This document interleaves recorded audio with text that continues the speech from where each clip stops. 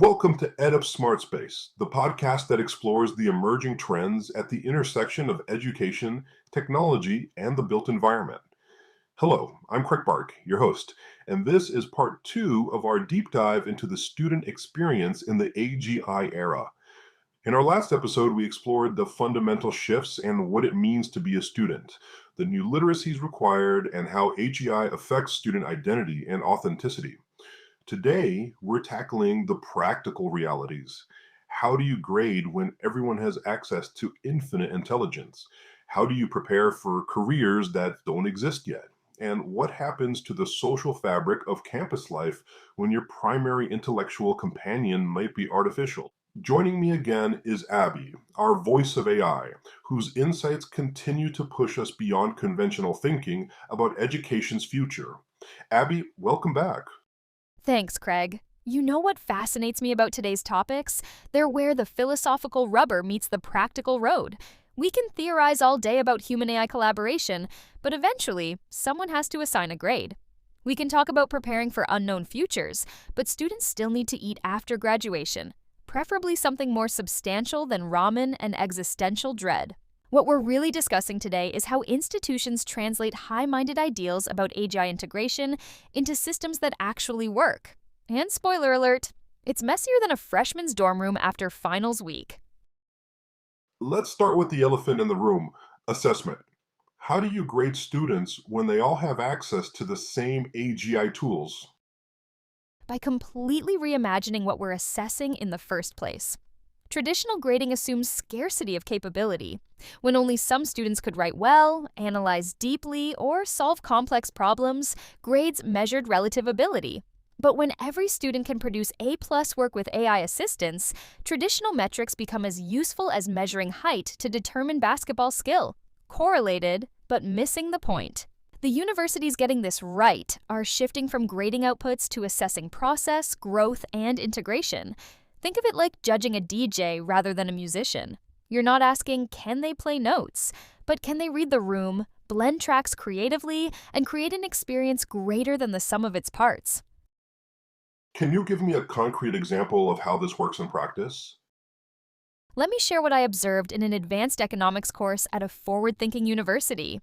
The professor assigned a complex analysis of cryptocurrency's impact on developing economies. In the old world, she'd grade the final paper. In the AGI world, assessment happens across multiple dimensions. First, there's the MOS problem formulation portfolio. Students document how they framed the question, what assumptions they challenged, and what unique angles they identified. One student realized that most analyses focused on urban areas and asked, what about rural communities without reliable internet? That question, which AI might not think to ask, became more valuable than any answer. Second, the AI Collaboration Journal.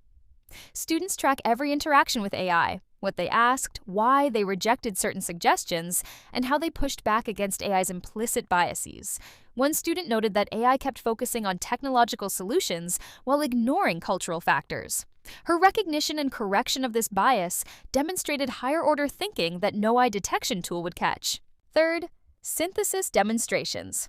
Students present their work live, fielding questions that probe their understanding. Can they explain connections AI might miss? Can they defend positions when challenged? Can they admit uncertainty without defaulting to AI's false confidence? That sounds incredibly labor-intensive for faculty. It is, which is why some universities are experimenting with what I call assessment at scale through human moments. They use AI to handle routine evaluation, checking facts, assessing structure, identifying gaps, while humans focus on those uniquely human assessment points. One professor described it perfectly. I let AI grade whether students understood the material. I grade whether they understood why the material matters. But here's where it gets interesting. Students are becoming co-assessors in their own evaluation. They submit not just work, but meta-analyses of their work. Here's what I created, here's how I created it, here's what I learned, and here's why it matters. The sophistication of their self-assessment becomes part of the assessment itself. How do students respond to this kind of multi-dimensional evaluation? With the full spectrum of human emotion, from enlightenment to rage, often in the same conversation. I surveyed students about the new assessment methods, and their responses were colorful. One engineering student said, "It's like being graded on your workout routine instead of how much you can bench press." More honest, but also more exposed. A literature major complained, "I miss the days when I could just write a brilliant essay at 3 a.m., fueled by caffeine and desperation. Now I have to document my desperation too." But the students who embrace it report deeper learning. A business major told me, "Traditional grades told me if I was smart. This system shows me how I'm becoming smarter. It's the difference between a snapshot and a movie." Let's talk about academic dishonesty in this new landscape. How do you even define cheating when AI use is encouraged? By focusing on deception rather than assistance.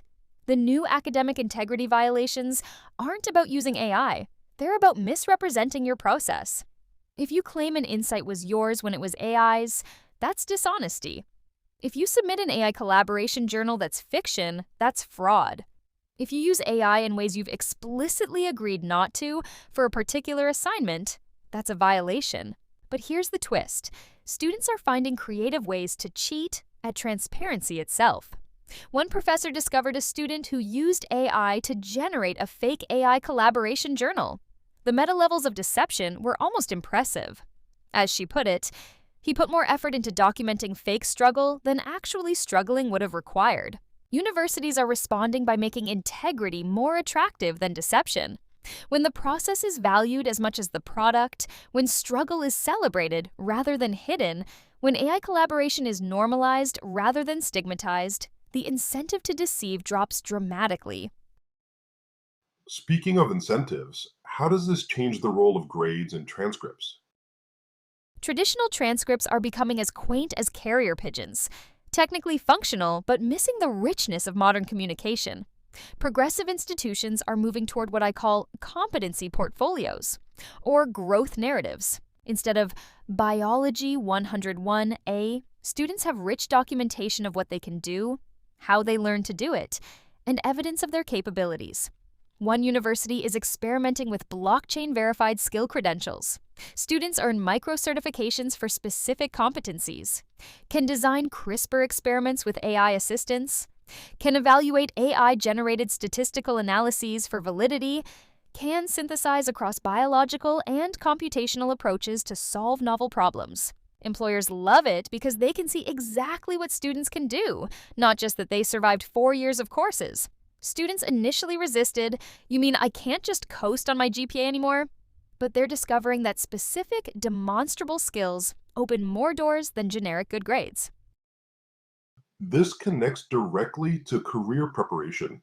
How do you prepare students for jobs that might not exist yet? By teaching them to be professionally adaptive rather than professionally trained. Think of it as the difference between teaching someone to cook specific recipes versus teaching them flavor theory, technique, and improvisation.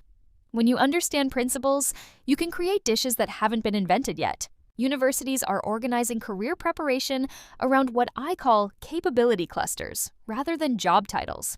Instead of training accountants, they're developing students who can navigate financial complexity with AI assistance, understand the ethics of algorithmic decision-making, communicate financial insights to diverse stakeholders, and adapt as financial systems evolve. One career counselor put it brilliantly. "We used to prepare students for careers. Now we prepare them for career portfolios. Multiple roles they'll hold simultaneously or sequentially, many of which don't have names yet." Can you give me an example of how this plays out for actual students? Meet Sarah, a senior I've been tracking. She came in thinking she'd be a journalist. Traditional path, major in journalism, intern at newspapers, graduate to a job at a media outlet. But Sarah's actual path? She developed a cluster of capabilities around information synthesis, verification, and narrative construction. She uses eGeeks and analyze massive datasets for stories, verify claims across multiple sources instantly, generate initial drafts she then transforms with human insight, and create multimedia content that adapts to different platforms. But here's the kicker. She's not just preparing for journalism jobs. Her capability cluster makes her valuable for corporate intelligence roles, educational content creation, policy analysis and communication, and AI training for media applications. She's already doing freelance work that blends all of these while still in school. "I'm not becoming a journalist," she told me. "I'm becoming someone who can make sense of information chaos and tell stories that matter." Some people call that journalism. Others call it analysis. I call it Tuesday. How are universities helping students market these non-traditional capability sets? Through what I call translation services, helping students articulate their AI-augmented capabilities in terms employers understand. Career centers are teaching students to create dynamic portfolios that show, rather than tell, develop narratives that connect disparate experiences, demonstrate ROI of their AI collaboration skills, and position themselves as human-AI integration specialists. One brilliant example, a philosophy major who spent her college years exploring consciousness and AI ethics. Traditional view, unemployable, but she learned to position herself as someone who could help companies navigate the ethical implications of AI deployment, facilitate human-AI team integration, develop frameworks for responsible AI use, and ask the questions that prevent million-dollar mistakes. She landed a role at a tech company with the title AI Integration Philosopher. Yes, that's a real job title now. Her starting salary, let's just say Socrates would be jealous. What about students who want traditional careers? Medicine, law, engineering? Even traditional professions are transforming rapidly. Medical students aren't just learning anatomy, they're learning to work with AI diagnostic systems that can spot patterns humans miss. But they're also developing the judgment to know when AI is overconfident, the communication skills to explain AI recommendations to patients, and the ethical grounding to advocate for human values in algorithmic healthcare. Law students face perhaps the biggest disruption. When AI can research case law instantly, draft contracts flawlessly, and predict case outcomes accurately, what's left for lawyers? Turns out, plenty. But it's different. They're becoming legal architects who design new frameworks for unprecedented situations, empathy translators who understand what clients really need, and justice advocates who ensure AI doesn't perpetuate systemic biases. One law professor told me, "We're not training students to be legal encyclopedias anymore. We're training them to be legal wisdom practitioners. AI knows the law, humans understand justice." Let's shift to campus life. How does AGI integration affect the social fabric of universities? In profound and sometimes unexpected ways. Remember, college isn't just about intellectual development, it's about social maturation, identity exploration, and relationship building. AGI touches all of these, creating new opportunities and new challenges. Start with study groups. Traditional study groups were part academic, part social. Students bonded over shared struggle, collaborative discovery, and collective procrastination. Now, when everyone has a personal AI tutor, the academic rationale for study groups evaporates.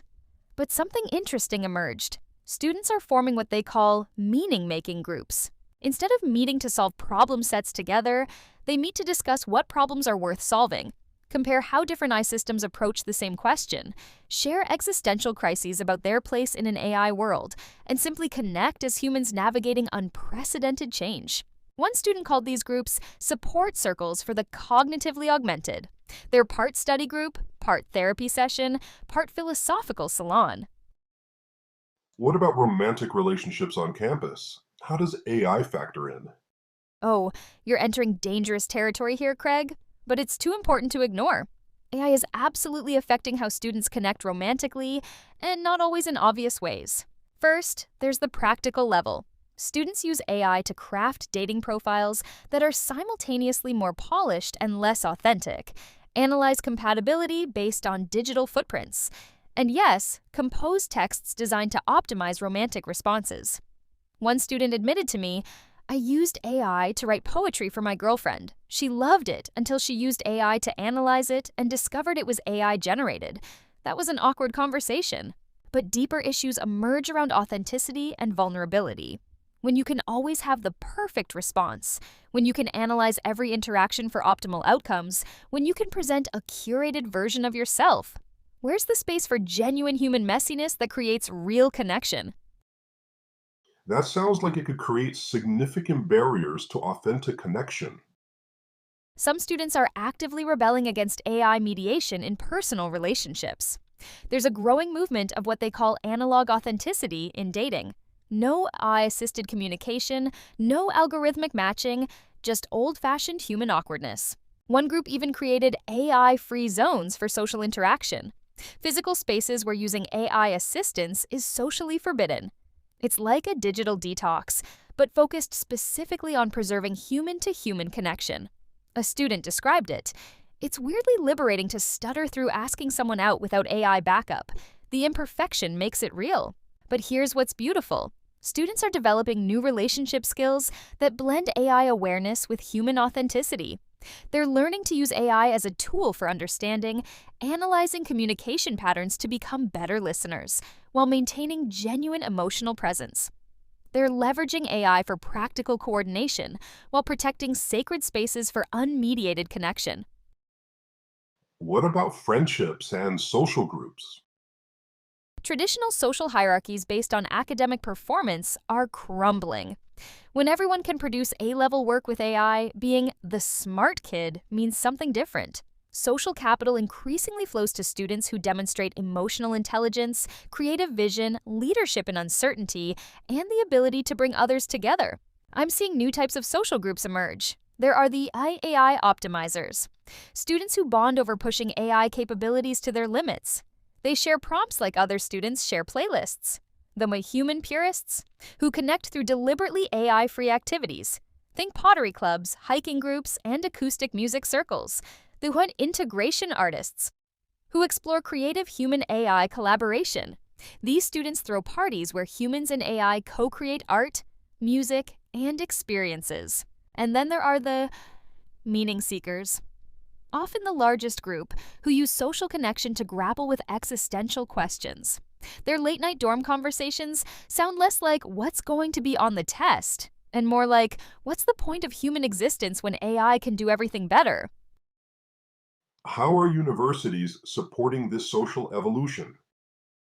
The smart ones are creating infrastructure for new forms of connection.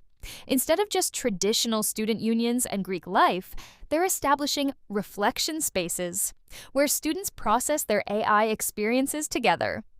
Creativity labs that emphasize human-AI collaboration as performance art. Wisdom circles that bring together students and faculty for deep dialogue.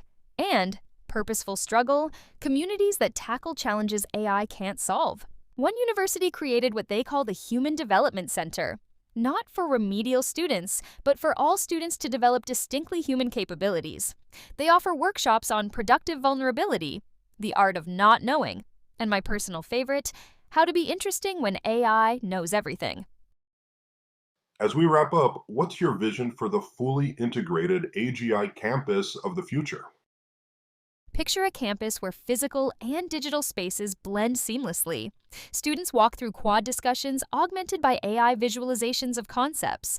Dormitories become living learning communities where students and AI collaborate on solving real-world problems. Libraries transform from information repositories to wisdom laboratories where students learn to ask questions that matter. Every student has a personalized AI learning companion that knows their goals, struggles, and dreams, but also knows when to step back and let human connection happen. Assessment is continuous and multidimensional, focusing on growth rather than performance. Career services help students navigate fluid professional identities rather than fixed job categories.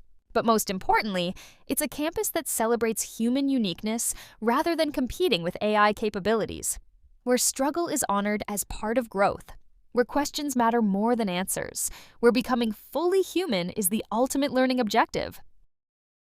Any final thoughts for students currently navigating this transition? To every student listening, you're not just living through a technological transition. You're pioneering what it means to be human in the age of artificial intelligence. That's simultaneously terrifying and exhilarating, overwhelming and empowering. My advice? Embrace the paradox. Use AI fully, but don't lose yourself in it. Develop capabilities, but also develop character. Prepare for careers, but also prepare for meaning. Connect digitally, but cherish analog moments. Most importantly, remember that in a world where AI can do almost anything, the most radical act might be simply being human, flawed, uncertain, struggling, growing, connecting, and becoming. That's not a consolation prize for not being as capable as AI, that's the whole point. That's beautifully put, Abby. And that brings us to the end of our two-part exploration of the student experience in the AGI era. I'm Craig Park, reminding you that the future of education isn't about humans versus AI, it's about humans with AI, becoming more than either could alone. And I'm Abby, grateful to explore these transformative questions with you. To students, faculty, and administrators all, we're writing this story together. Let's make it one worth telling. Remember, you're not just earning a degree, you're earning the capability to thrive in a world we're still inventing. And that might be the most valuable education of all. Thanks to our listeners for joining us on this journey. Please share your thoughts, experiences, and questions in the comments. Share this podcast with others grappling with these changes. Visit edupexperience.com to explore our entire higher education podcast ecosystem. Until next time, keep building smart spaces and even smarter students together.